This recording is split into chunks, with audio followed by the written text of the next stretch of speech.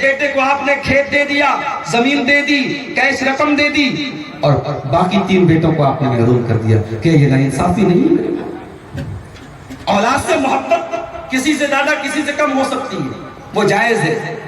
چھوٹے بیٹے سے زیادہ محبت ہے، بڑے سے زیادہ محبت ہے، وہ ممکن ہے، وہ پاسبل ہے، وہ سمبھو ہے. لیکن کسی ایک اولاد کو حق زیادہ دینا اور دوسرے کو کم دینا یہ حرام ہے. میرے بھائیوں، اسلام ناانصافی کی تعلیم نہیں دیتا. اللہ کے نبی کے پاس ایک صحابی آتے ہیں، ان کا نام ہے بشیر رضی اللہ تعالیٰ. وہ کہتے ہیں اللہ کے نبی، میں اپنے بیٹے نعمان کو ایک کھجوروں کا باغ دینا چاہتا ہوں. آپ نے پوچھا ہے اے بشیر کیا آپ کے اور بھی بچے ہیں؟ کہاں اللہ کے نبی میرے اور بھی بچے ہیں. آپ نے فرمایا کیا تم نے تمام بچوں کو کھجوروں کا باغ دیا ہے؟ نہیں نہیں اللہ کے نبی، میں اپنے بڑے بیٹے کو نعمان کو دینا چاہتا ہوں. آپ نے فرمایا جب تک سارے بچوں کے درمیان انصاف نہیں کرو گے، کان کھول کر کے سن لو، لا اشہد علی جور، اس ناانصافی کے اوپر میں گواہی نہیں دے سکتا. کان کھول کر کے سن لو، اتقوا اللہ وعدلوا بین اولادکم، اپنی اولاد کے درمیان ہمیشہ انصاف کیا کرو. دنیا والوں نے اصول بنایا، everything is fair in love and war، پیار اور جنگ میں سب جائز. اسلام کا یہ اصول نہیں ہے. اسلام کے حساب سے نہ پیار میں سب جائز ہے نہ جنگ میں سب جائز ہے. بھئی پیار کیا ہے؟ یہ پیار تھوڑی ہے جو آج ہو رہا ہے. ایک ہوتا ہے شریعت کے دائرے میں رہ کر کے کسی کو کوئی لڑکی پسند آ گئی، کسی خاتون کی تعریف اس نے سنی کہ بڑی خوبصورت ہے، یا اچانک نظر پڑ گئی. کیونکہ پردے کا ماحول ہے جہاں وہاں تو ایک دوسرے کو دیکھنے کا معاملہ نہیں ہے، جہاں بے پردگی ہوگی وہاں دیکھیں گے. تو اگر کسی عورت کسی لڑکی کی خوبصورتی کے بارے میں، دینداری کے بارے میں آپ نے سنا، آپ کو پسند آ گئی، آپ نکاح کا پیغام بھیجو. یہ ہے طریقہ. یہ تھوڑی کہ آپ چکر چلائیں گے جو آج ہو رہا ہے. چکر چل رہا ہے، لو میرج ہو رہی ہے.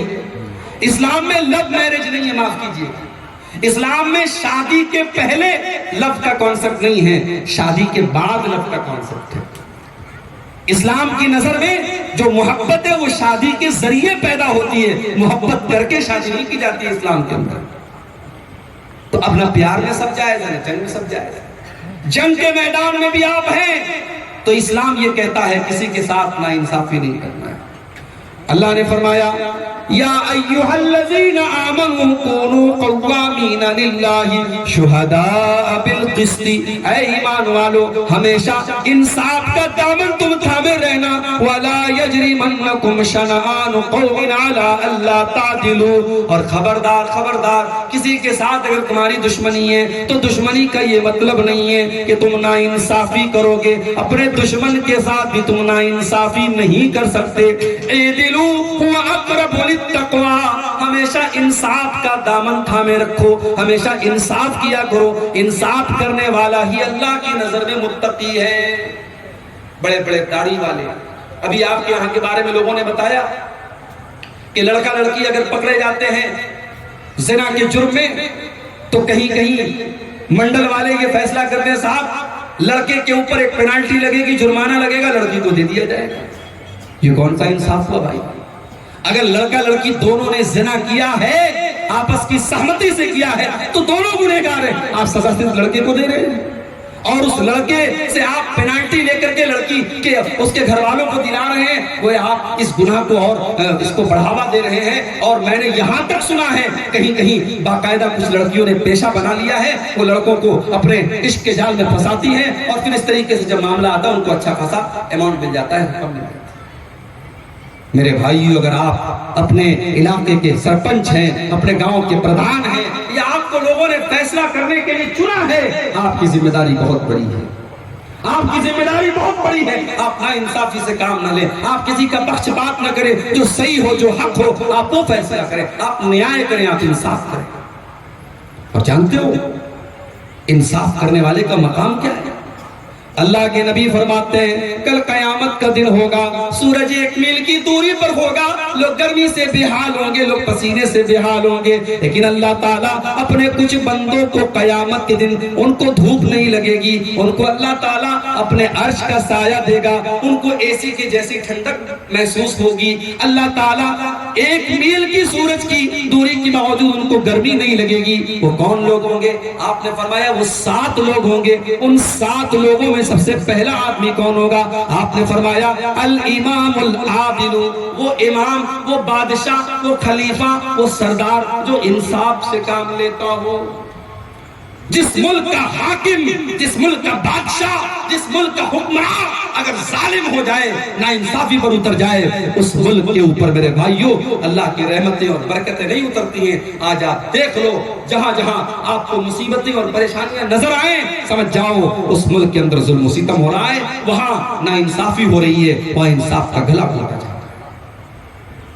انصاف کی بڑی اہمیت اللہ کے نزدیک۔ انصاف کرنے والوں کا قیامت کے دن کیا حال ہوگا؟ اللہ کے نبی فرماتے ہیں، صحیح مسلم کی روایت ہے، ان المقسطین علی منابر من نور یوم القیامہ، انصاف کرنے والے قیامت کے دن نور کے منبر پر ہوں گے۔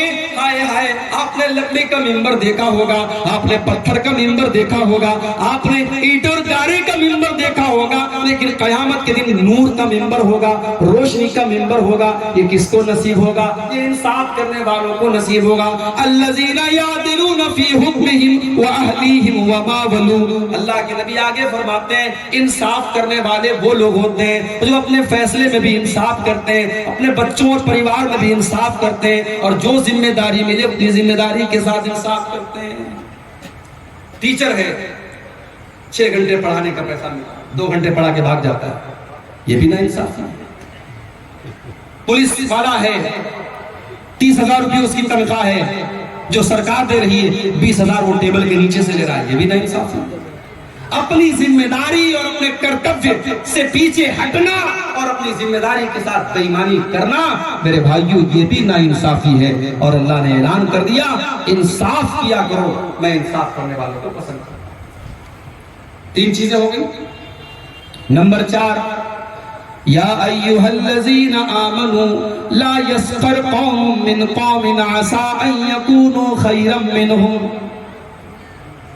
اے ایمان والو خبردار کوئی کسی کا مذاق نہ اڑائے، کیونکہ مذاق اڑانے والا اپنے کو بہتر سمجھتا ہے اور تمہیں نہیں پتا کہ تم بہتر ہو یا وہ بہتر ہے جس کا تم مذاق اڑا رہے ہو۔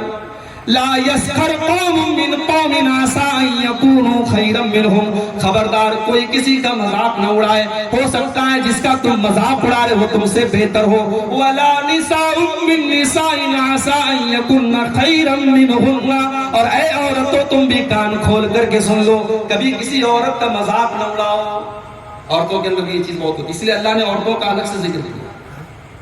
اب کوئی عورت اگر قیمتی کپڑا پہن کے آ گئی، سونے کا زیور پہن کے آ گئی، اور اس کے قریب سے اس کے پاس سے کوئی ایسی عورت گزری جو بیچاری غریب گھر کی ہے، اس کے ہاتھوں میں کوئی سونے کا کنگن نہیں ہے، اس کے گلے میں کوئی سونے کا ہار نہیں ہے، تو یہ تانا مار دیتے، دیکھو اس کے پاس تو کچھ نہیں ہے، یہ تو فقیر ہے، یہ تو غریب ہے، کلاش ہے، اس کے پاس تو کچھ نہیں ہے۔ اس طریقے کے تانے کسی غریب عورت کو مار دیتی ہے عورت۔ کبھی کسی کا مذاق نہ اڑاؤ میرے بھائی۔ اچھا مذاق کی بات آئی تو ایک بات اور کہنا چاہتا ہوں، آج کل انٹرنیٹ پر بہت سارے جوک آتے ہیں، ہمارے نوجوان جو تھوڑے مذاقیہ ٹائپ کے ان کو جوک بڑے پسند ہوتے ہیں، وہ جوک تلاش کرتے رہتے ہیں، جوک شیئر کرتے رہتے ہیں۔ اب وہ جوک جو ہوتا ہے کبھی کبھی اس میں جنت کا بھی مذاق اڑایا جاتا ہے، جنت میں جائے گا تو یہ ہوگا، جہنم میں جائے گا تو یہ ہوگا۔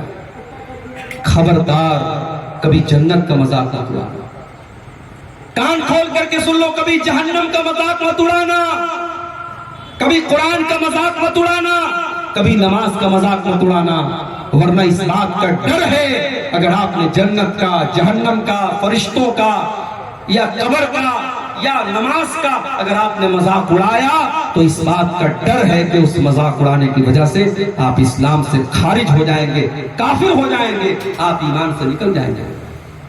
اور یہ بات میں نہیں کہہ رہا ہوں، یہ قرآن کہہ رہا ہے۔ قُلْ أَبِاللَّهِ وَآيَاتِهِ وَرَسُولِهِ